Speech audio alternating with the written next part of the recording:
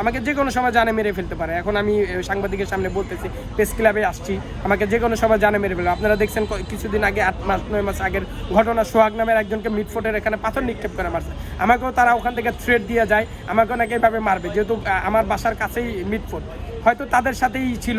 তো আমাকে বলতেছে তুই যদি এইসব মামলা টামলা করস তাহলে তোরা এইভাবে জানে মেরে ফেলবো। এখন আমি কোথায় ন্যায় বিচার পাবো? আমি দেশ এবং বাংলাদেশ সরকারের কাছে এবং জাতির কাছে আমি এটা ন্যায় বিচারের জন্য আবেদন করতেছি। প্লিজ আমাকে সবাই হেল্প করবেন। আমার বাসা হচ্ছে পুরান ঢাকা বেগম বাজার, আমি বেগম বাজারের বাসিন্দা, বংশাল থানা আমার। সে মূলত 5 আগস্টের আগে, আমার কাছে সবকিছু ছবি আছে, সে 5 আগস্টের আগে আমি লীগে ছিল, এখানে যেমন 33 নম্বর ওয়ার্ডের সাবেক কাউন্সিলর ছিল আউয়াল হোসেন, তার সাথে ছিল আমি লীগের।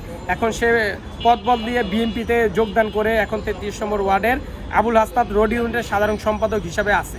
সে ক্ষমতার বলে আমার বাসায় একবার না পরপর 4বার হামলা করেছে 20-25 জন নিয়ে। এটা নিয়ে আমি বংশাল থানা জিটি করেছি। ওয়ারেন্ট হওয়ার পরে ওয়ারেন্টের আসামি থানা থেকে ধরা হয় না।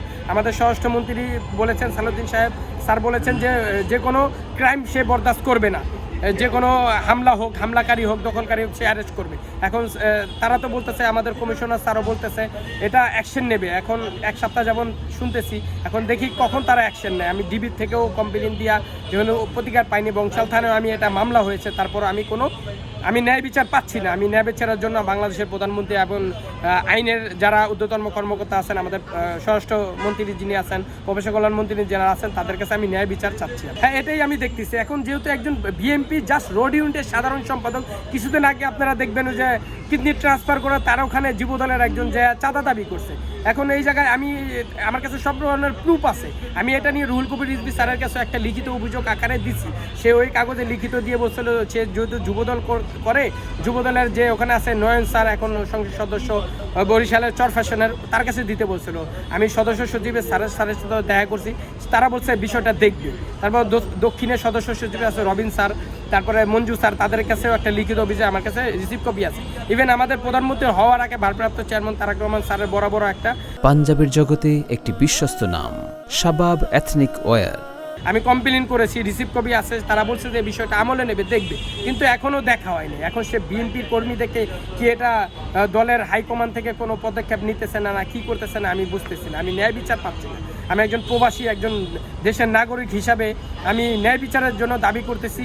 আমি প্রধানমন্ত্রীর কাছে, এখন যারা আইনের ঊর্ধ্বতন কর্মকর্তা আছেন, এখন বিএনপির যারা নেতা আছেন, যারা হাইকমান্ড আছেন, তাদের কাছে আমি ন্যায় বিচার চাচ্ছি। একজন বিএনপির নেতা এখন আমি লীগের থেকে বিএনপিতে আসার পর, যেটা নাকি বলা হাইব্রিডের হিসাবে সে আসার পর আমার উপরে এখন অন্যায় অবিচার, আমার উপরে জুলুম করতেছে। আমার ওয়াইফ একজন স্টুডেন্ট, রানিং স্টুডেন্ট মোহাম্মদপুর কেন্দ্রীয় কলেজের। আমার বাসা পুরান ঢাকা বেগম বাজারে। সে 3 মাস যাবৎ কলেজে যেতে পারে না।